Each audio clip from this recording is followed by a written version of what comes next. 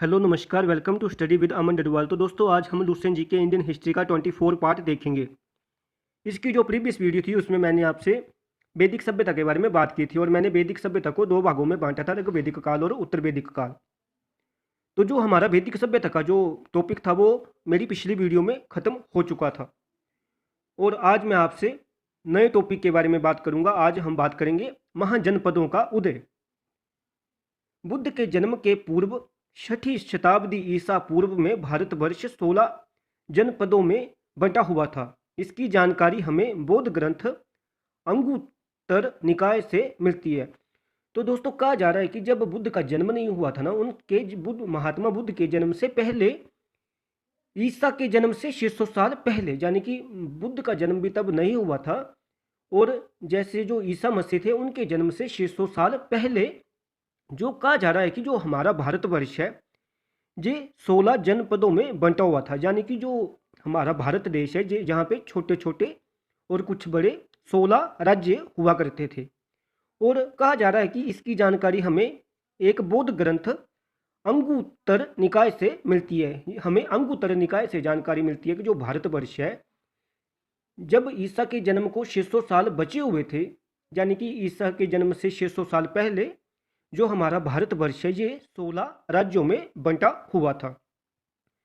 फिर हम बात करते हैं कि ये महाजनपद या जनपद कौन कौन से थे। तो दोस्तों, मैं एक बात आपको बता दूं कि जो भी जो जनपद थे, इनमें सबसे जो शक्तिशाली जो महाजनपद था वो था मगध, जिसके बारे में हम आगे भी अभी बात करेंगे।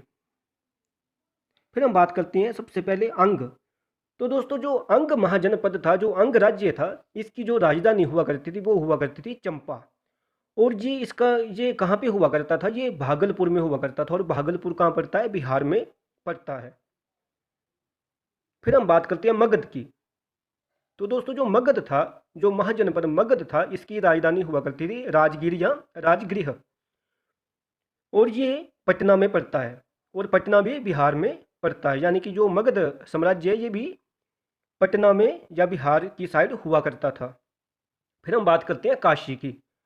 तो दोस्तों, जो काशी जनपद था उसकी राजधानी हुआ करती थी वाराणसी। और जो वाराणसी है ये भी उत्तर प्रदेश के में पड़ता है। यानी कि ये जो काशी का जो जनपद था ये भी उत्तर प्रदेश की साइड ही हुआ करता था। फिर हम आगे बात करते हैं। फिर हम बात करेंगे वत्स जनपद की। तो दोस्तों, जो वत्स जनपद था आपका, इसकी राजधानी थी कौशाम्बी। और जो आपकी कौशाम्बी है ये भी प्रयागराज के आसपास का जो क्षेत्र था वहाँ पे पड़ता था, ये वत्स जो जनपद था। फिर हम बात करते हैं बज्जी। तो दोस्तों, जो बज्जी जनपद था ये इसकी राजधानी थी वैशाली। और ये जो वैशाली है ये मुजफ्फरपुर ये बिहार में पड़ता है। यानी कि जो बज्जी राज्य है ये बिहार के आसपास का जो क्षेत्र हुआ करता था ये उस स्थान पे हुआ करता था। फिर हम बात करते हैं कौशल। तो दोस्तों, जो कौशल राज्य हुआ करता था उसकी जो राजधानी हुआ करती थी वो हुआ करती थी श्रावस्ती।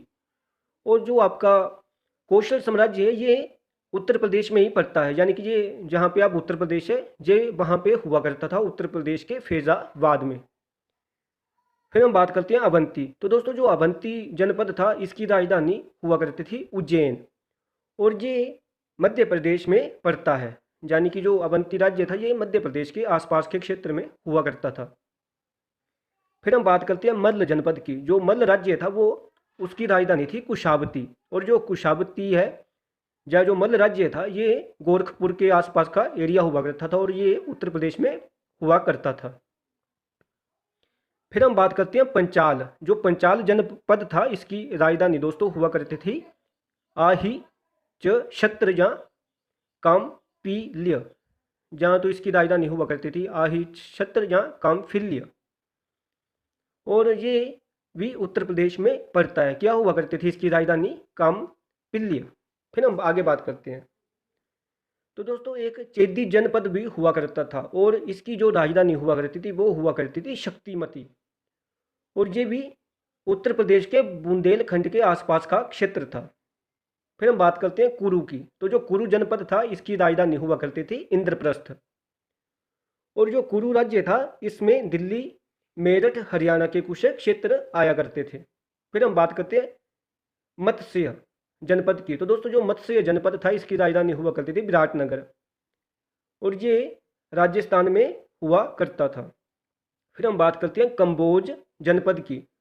तो दोस्तों जो कंबोज जो राज्य हुआ करता था इसकी राजधानी हुआ करती थी हाटक, और इसका जो क्षेत्र हुआ करता था वो हुआ करता था राजौरी एवं हजारा क्षेत्र। तो दोस्तों जो राजौरी है ये कश्मीर में पड़ता है, और जो हजारा है ये पाकिस्तान का एक जिला है। तो यानी कि ये जो कंबोज जो राज्य हुआ करता था ये पाकिस्तान, भारत और अफगानिस्तान तक फैला हुआ था। फिर हम बात करते हैं शूरसेन जनपद की। तो जो दोस्तों शूरसेन जनपद हुआ करता था ये मथुरा साइड हुआ करता था, यानी कि इसकी राजधानी मथुरा हुआ करती थी, और ये भी उत्तर प्रदेश में पड़ता है। फिर हम बात करते हैं अशमक। तो दोस्तों जो अशमक जनपद हुआ करता था ये पोटली इसकी राजधानी हुआ करती थी, और जो दक्षिण भारत की जो गंगा कही जाती है नदी गोदावरी, उसके जो आसपास का क्षेत्र था इस राज्य के अंतर्गत आता था। और ये जो अशमक जो जनपद था ये दक्षिण भारत का एकमात्र जनपद था। फिर हम बात करते हैं गांधार। तो दोस्तों जो गांधार राज्य था ये इसकी राजधानी हुआ करती थी तक्षशिला, और ये जो गांधार जो जनपद है ये पाकिस्तान में पड़ता था उस समय। धन्यवाद।